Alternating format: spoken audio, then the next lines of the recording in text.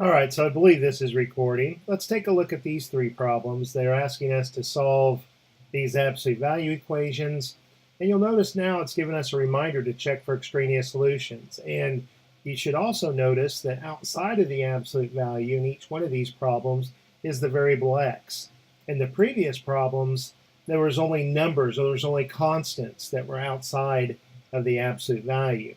When you have variables on the outside of the absolute value, there's a possibility for extraneous solutions. So therefore, we must check our answers, our possible answers, before we determine whether to put them in or out of the solution set.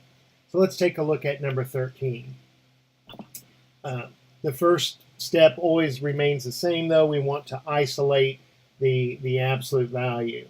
So we need to divide both sides of this equation by -9.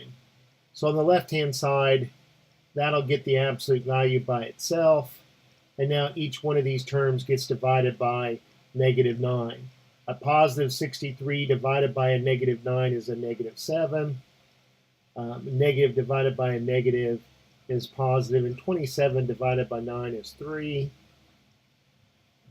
So now we have an absolute value equation where the absolute value is isolated. So this x plus 5 could be the opposite of whatever number this is representing on the left, on the right here. So I'm going to have to take the opposite of it.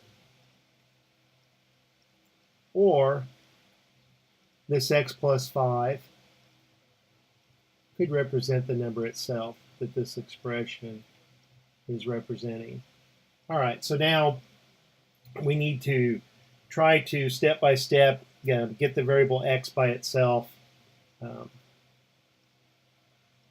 We'll use the distributive property and distribute this negative sign to both terms. We'll collect the x's on the left-hand side of the equation and the constants on the right. So I'll add 3x to each side of this equation. 1x plus 3x gives me 4x.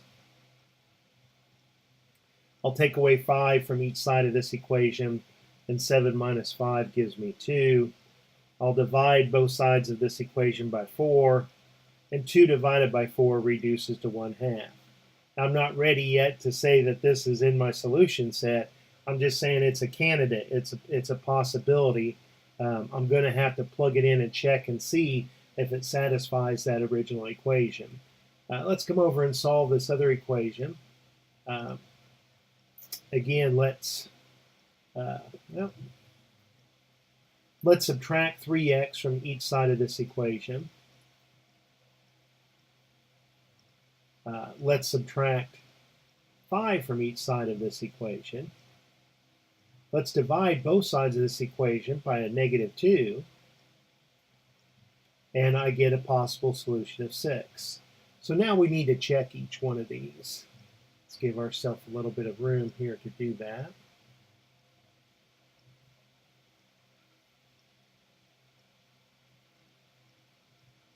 All right. So when we're checking answers, we need to substitute in this value that we found for x in the left-hand side, calculate that number, and compare it against the number that we get on the right-hand side. And if they're equal, then we say that satisfies that equation, and that number is in our solution set. So on the left-hand side, if we have 1/2 plus 5, the question is, on the right-hand side, if we have -7 plus 3 times 1/2, what will happen?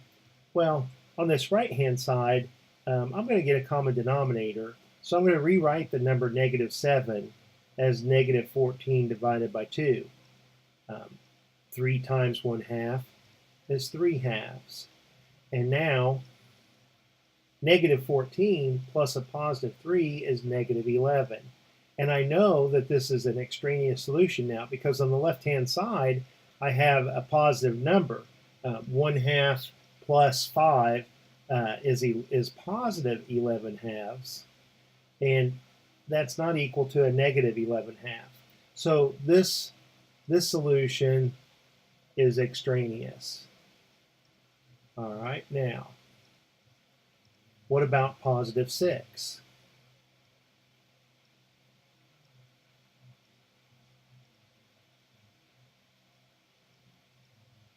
All right. Let's do the same thing. Let's return to the original equation and replace x with positive 6. So on the left-hand side, we have the absolute value of 6 plus 5. And the big question is, and see, I put a question mark. That's just my own notation. I put a question over that equal sign because I don't know yet whether to call these equal or not. Negative 7 plus 3 times 6. So what do we have? On the left-hand side, 6 plus 5 is 11, and the absolute value of 11 is 11. And on the right-hand side, 3 times 6 is 18, and 18 minus 7 is 11.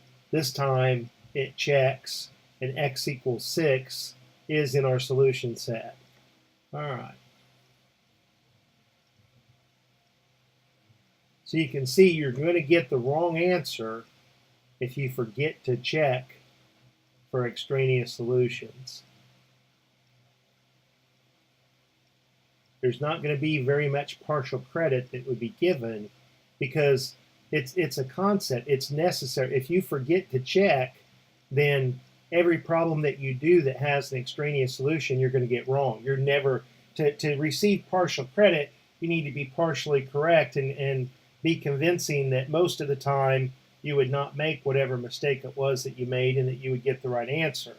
In this case, if you forget to check for extraneous solutions, that does not provide any evidence that you would get any similar problem correct. All right, so let's take a look at number 14. Now the absolute value is by itself. So this 2x minus 3 could be the opposite of whatever 3x minus 2 represents, or this 2x minus 3 could equal that number. All right, so again, now all we need to do is step by step isolate the variable, solve for x. Let's start on the left here with the distributive property and change the sign in this binomial. We've got negative 3x plus 2. So let's add 3x to each side of this equation. Let's add 3 to each side of this equation. And now divide by 5. So we have x equals 1 as a possible solution. We're not ready yet to say that that's a solution to this equation, but it's a possibility. It's in our list of potential solutions.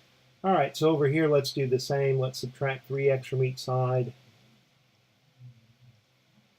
Let's add 3 to each side. Now, be very careful. We're not afraid of negative answers. What we are afraid of is that when you substitute in that number, that you get a situation where the absolute value is equal to a negative number. And I think that's what's going to happen over here. But let's check this x equals 1 first. On the left-hand side, we have 2 times 1 minus 3. But remember, we're taking the absolute value of that. And the question is, if we have 3 times 1 minus 2, are these two numbers equal to each other? On the left-hand side, we have 2 minus 3, which is a negative 1. But when you take the absolute value of negative 1, you get positive 1. And on the right-hand side, 3 times 1 is 3, and 3 minus 2 is also equal to 1. So this x equals 1 does check, and it's in our solution set. Now, let's take a look at negative 1. On the left-hand side, 2 times negative 1 minus 3, we're taking the absolute value of that. And the question is, on the right-hand side, if we have 3 times negative 1 minus 2. Well, let's look at this right-hand side. This is negative 3 minus 2, which is a negative 5. And there's no way that an absolute value is ever going to equal a negative number. If I look at this a little closely, I see that I get 2 times negative 1 is negative 2 minus 3 is negative 5, but then I'm taking the absolute value of negative 5. I'm getting positive 5. Those are not equal to each other, and this is extraneous. So it's not part of my solution set. X equals 1 is the only member in my solution set. All right.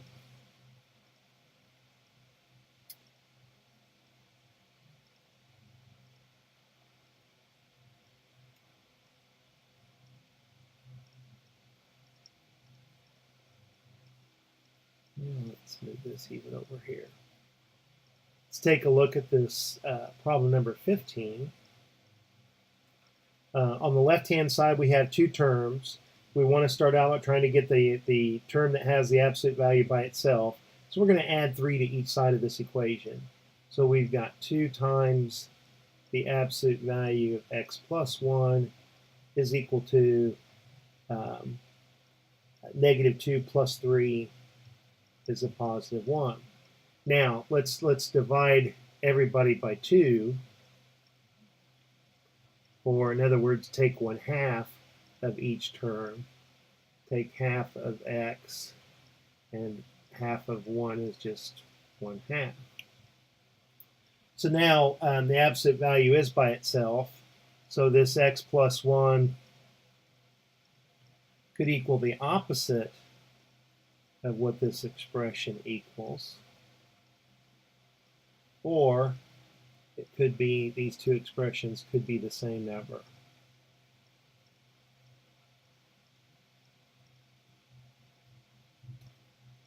Let's distribute that negative sign to each through the binomial.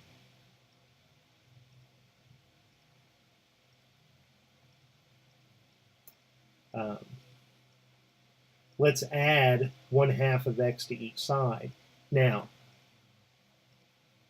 yeah, here I'll write this out a little bit better then.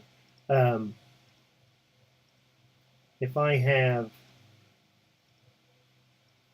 x, which is I can look at as x over 1, I'm going to multiply that by the number 1, but I'm going to write 1 as 2 over 2. Because now when I add half of x, and I'm going to write half of x as x over 2, I can see that I have a common denominator. On the, oops, I forgot that plus 1 right there. All right, so now I can add these first two terms together. They're like terms. I have 2 x's plus 1 more x is 3x over 2. If I subtract 1 from each side, but only if I write 1 as 2 over 2, so I'm subtracting 2 over 2, I have negative 3/2. So x has to equal a negative 1. Now, I'm not ready to say that that's in my solution set yet. I'm just saying that that's a possibility. All right, so let's come over here and do the same thing. If we subtract 1/2 of x from each side, 1x subtract half of x is half of x. Subtract 1 from each side, 1/2 minus 1 is negative 1/2. And I'm getting the same. That could make sense. Let's check these answers and then double check my work here. There is another technique in solving equations that involves graphing. And I guess we can use this as a little discussion for you to explore possibly a different method of solving these absolute value equations. So if I come in and check this negative 1 into the original equation, what do I have here? On the left-hand side, I have 2 times the absolute value of negative 1 plus 1 minus 3. And the question is that equal to negative 1 minus 2? Well, in this first term, we just get 0. The negative 1 plus 1 cancels each other out. And on the right-hand side, we get -3. So this is a solution. So if I haven't made a mistake here, um, let's think about um, what could be going on here. The absolute value of x plus 1, the graph of it looks like a V. The plus 1, it's been shifted from the origin to the left 1 unit to where this vertex is at -1 comma 0. But that's not really as important. This 1/2 x plus 1/2 x plus 1/2, well, I know it's a line, and it's a line, well, it couldn't be, I've made a mistake, I believe, somewhere. See, if I had one solution, I would suspect that this line is intersecting the vertex of this absolute value. But then I don't think this is the case. For this problem, this is a possibility when you have a repeated solution. So let's go back and check my work. Sorry about this. I may have to edit or redo this video. So the first thing I did was to add 3 to each side of this equation. That got the term that had my absolute value by itself. And -2 plus 3 was a +1. Then I multiplied everything by 1/2 to get the absolute value by itself. And then this split into 2 equations. The x plus 1 could represent the opposite of this expression, or the x plus 1 could equal exactly that expression. Let's distribute that negative through each term, and I had x plus 1 is -1/2 x minus 1/2. I added 1/2 x to each side, and 1 plus 1/2 is 3/2, and -1/2 minus 1 is -3/2. And 3 positive 3/2 times -1 is -3/2. So -1 is clearly a solution on that left-hand side. Now let's check this other equation. If I subtract 1/2 x from each side, 1x take away half of x leaves me with half of x. If I subtract 1 from each side, 1/2 minus 1 is a -1/2. And positive 1/2 times a -1 is -1/2. So I believe that this is a solution to that. I don't think I've made a mistake, but maybe in my argument about the graph. Anyway, something for us to explore. There is a online graphing calculator that is called a Desmos graphing calculator, and there's a link on the Canvas website to this graphing calculator, and it might be a good exploration for you to graph the left-hand side of this equation, and then to graph the right-hand side of this equation. And the intersection of these two graphs is our solution set. And if I've done this correctly, it should be just intersecting when x is equal to -1. The y-coordinate, it should be that these two graphs would be intersecting at -1 comma -3. So you can explore that on your own and see. All right, so hey, I hope that helps, and I will talk to you later. Bye.